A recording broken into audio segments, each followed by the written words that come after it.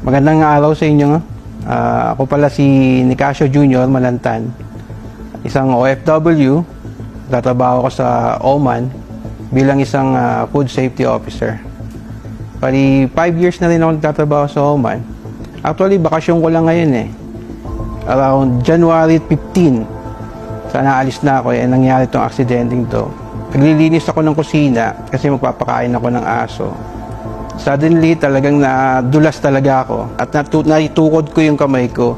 Itong joint na to, bumaliko. Tapos dinala ako kagad sa UERM. Nirekomenda ako sa orthopedic surgeon. So yun, in-advise niya ako kailangan ma-opera.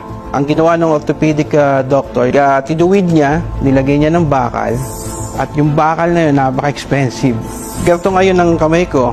Ngayon, nagpaparehab ko ako ngayon, nagpapatherapy ako ngayon. It will take 8 to 10 weeks pa.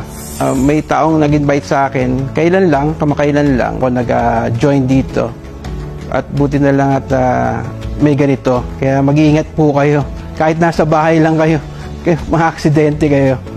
So, buti na lang at kumuha ko ng ganitong insurance. Nagpapasalamat po ako sa Orbis Victus. Na-claim ko yung insurance nito. Muli po nagpapasalamat po ako sa Orbis Victus International at protektado po ako dahil sa nangyaring ganito at na-save ko yung mga savings ko.